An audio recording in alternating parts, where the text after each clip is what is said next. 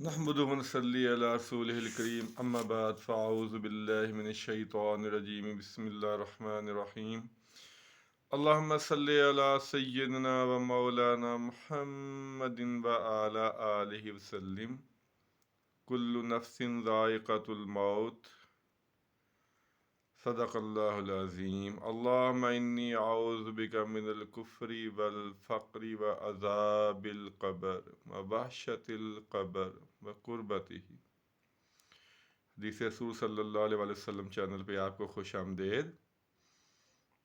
آج ہم تھوڑی سی موت کے بارے میں بات بیان کریں گے، موت کی سختی کے بارے میں، جس کو ہم بالکل ہی فراموش کر چکے ہیں اور بھول چکے ہیں۔ آغاز کرتے ہیں اما عائشہ رضی اللہ تعالی عنہ کی روایت سے۔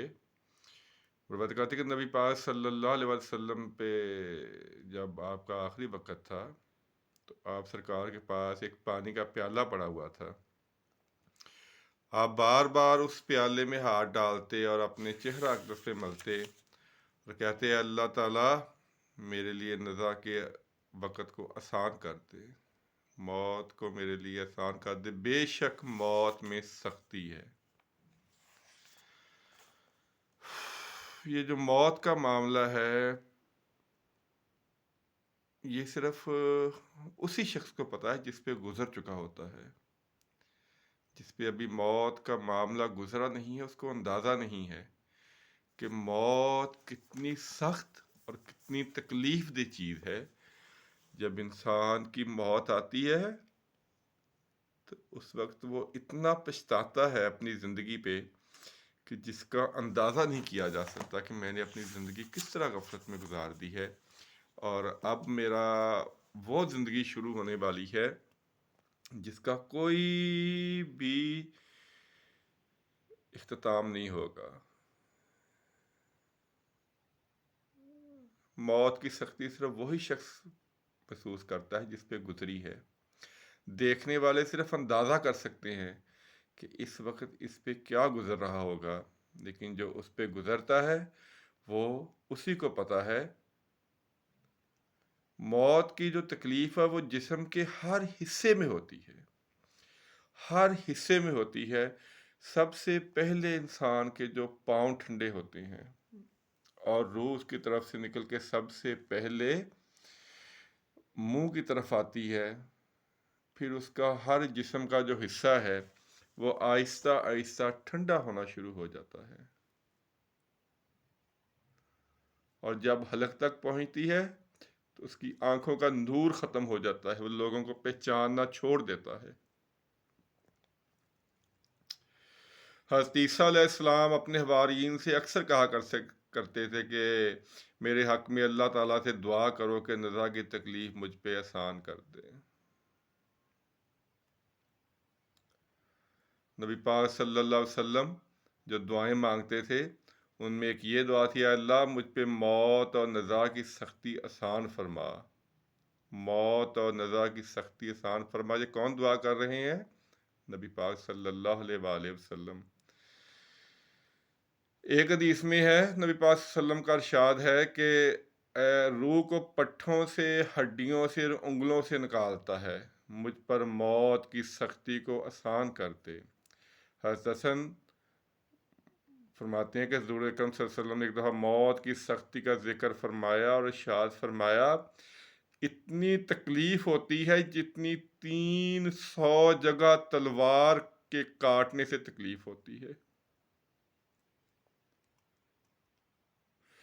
حضرت علی رضی اللہ تعالیٰ عنہ جب جہاد کی ترغیب دیتے تو کہتے کہ تم بستروں پہ بھی تو مرو گے نا، قسم ہے مجھے اس ذات کی جس کے قبضے میں میری جان ہے کہ 1000 جگہ تلوار کی کاٹنے سے بھی زیادہ موت کی تکلیف ہے۔ موت کی جو سختی ہے وہ اس سے انبیاء نے بھی پناہ مانگی ہے، لیکن ہم ہیں کہ موت کو غافل کیے بیٹھے ہوئے ہیں۔ کہتے ہیں موسیٰ علیہ السلام کا جب وصال ہوا نبی پاک صلی اللہ علیہ وسلم نے، اللہ تعالیٰ نے پوچھا ہے موسیٰ تو نے موت کو کیسا پایا؟ تو کہنے لگے کہ میں نے اپنی جان کو ایسے دیکھ رہا تھا جیسے زندہ چڑیا کو آگ پہ بھونا جا رہا ہے، زندہ چڑیا کو آگ پہ بھونا جا رہا ہے، نہ اس کی جان نکلتی ہے اور نہ اس کی خلاصی ہوتی ہے۔ ایک اور روایت میں کہ ایسی کیفیت تھی جیسے زندہ بکری کی کھال اتاری جا رہی ہو، جیسے زندہ بکری کی کھال اتاری جا رہی ہو۔ آپ اندازہ کر لیں کہ اس کو اس وقت کتنی تکلیف ہوتی ہے جب انسان، یہی حال انسان کا ہوتا ہے جب اس کی موت آتی ہے، وہ اپنی تکلیف کو بیان نہیں کر سکتا۔ کہتے ہیں کہ شدت تکلیف کی وجہ سے اس کی زبان بند ہو جاتی ہے، ورنہ وہ اتنی زور سے چیخے کہ آس پاس کے جو لوگ ہیں وہ وحشت زدہ ہو جائیں۔ یہی وہ موت ہے جس کو ہم بلا کے بیٹھے ہیں اپنی زندگی کے معاملات میں۔ موت کی تو پلاننگ ہی کوئی نہیں ہمارے ذہن میں۔ موت کے بارے میں کہا جاتا ہے کہ کچھ لوگ ایسے ہوتے ہیں جو موت کا ذکر بھی سننا پسند نہیں کرتے، دنیا کی لذتوں میں، دنیا کے معاملات میں اس طرح الجھے ہوئے ہیں کہ موت کی بات کرنا بھی ان کو گوارا نہیں ہے۔ لیکن یہ پتہ نہیں ہے ان کو کہ یہ سب سے بڑی حقیقت ہے، یہ آ کے رہے گی۔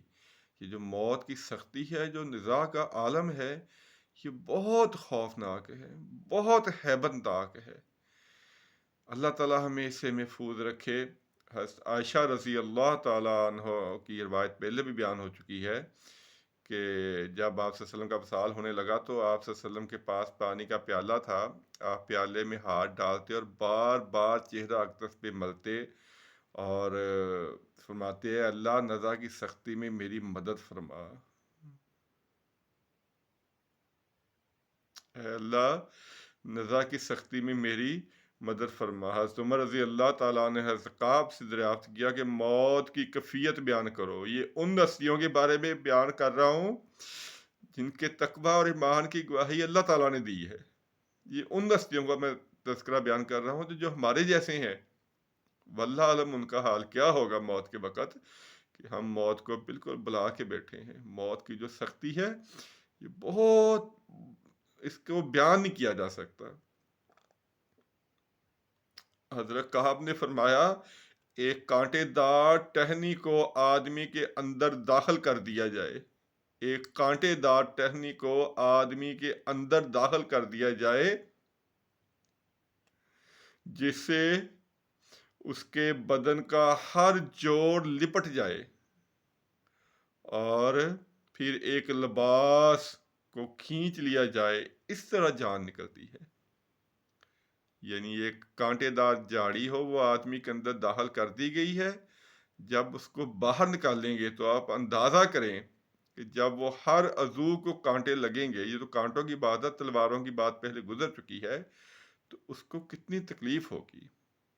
یہ ہے موت کی سختی جس کو ہم بالکل بھول چکے ہیں۔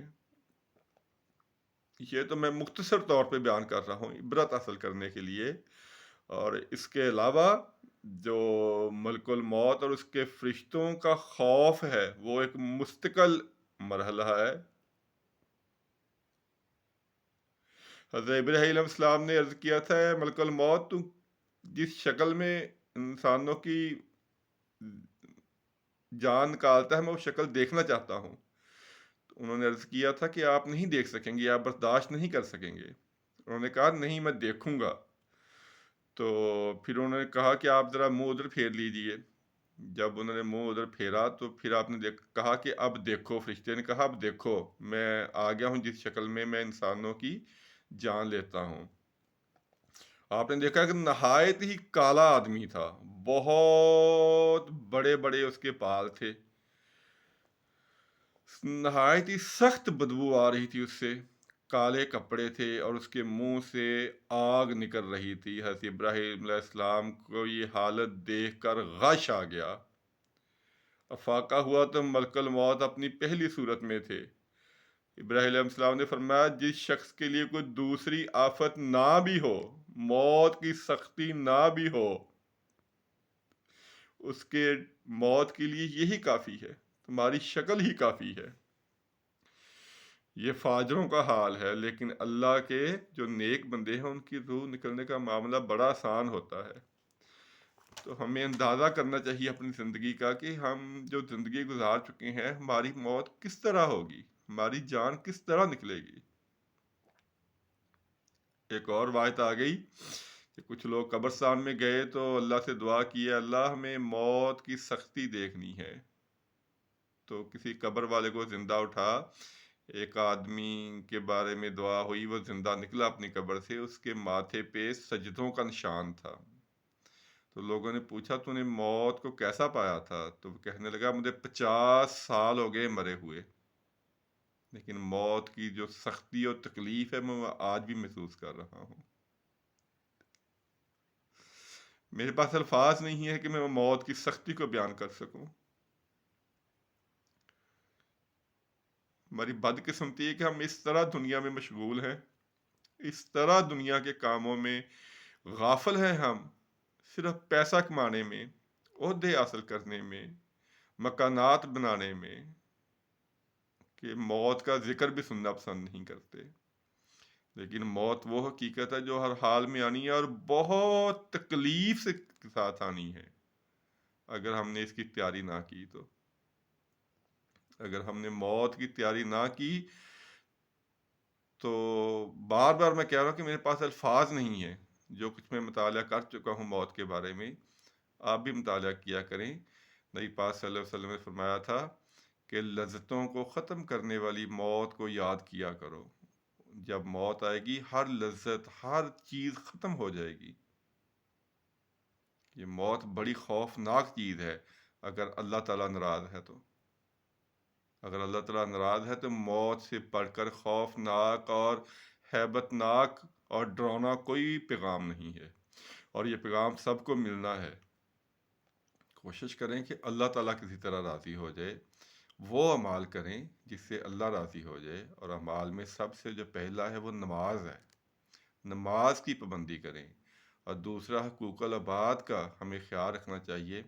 کسی کو تکلیف نہیں دینی چاہیے، کسی کو دکھ نہیں دینا چاہیے کہ کوئی اللہ تعالیٰ سے ہماری شکایت کر دے، اور روز قیامت اگر کوئی چند نیکی ہمارے پاس ہیں بھی تو وہ دوسروں کے پاس چلی جائیں جن کو ہم نے تنگ کیا ہوگا، جن کے اوپر ظلم کیا ہوگا۔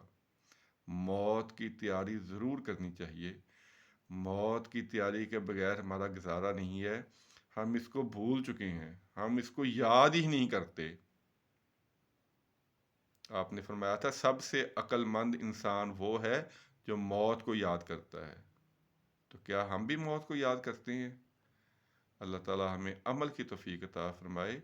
اللہ تعالیٰ ہمیں موت کو یاد رکھ کے زندگی گزارنے کی توفیق عطا فرمائے۔ اللہ تعالیٰ ہمیں موت میں آسانی فرمائے، ایمان کی حالت میں نیک اور آسان موت عطا فرمائے۔ میرے لیے بھی دعا فرما دیجیے گا، مجھے بھی اللہ تعالیٰ موت کو یاد رکھ کے زندگی گزارنے کی توفیق عطا فرمائے، اور نبی پاک صلی اللہ علیہ وسلم کی حدیث کو آگے پہنچانے کی توفیق عطا فرمائے۔ اللہ تعالیٰ ریاکاری سے بچائے، اللہ تعالیٰ ریاکاری سے بچائے، اللہ تعالیٰ ریاکاری سے بچائے۔ آمین ثم آمین۔ السلام علیکم ورحمۃ اللہ وبرکاتہ۔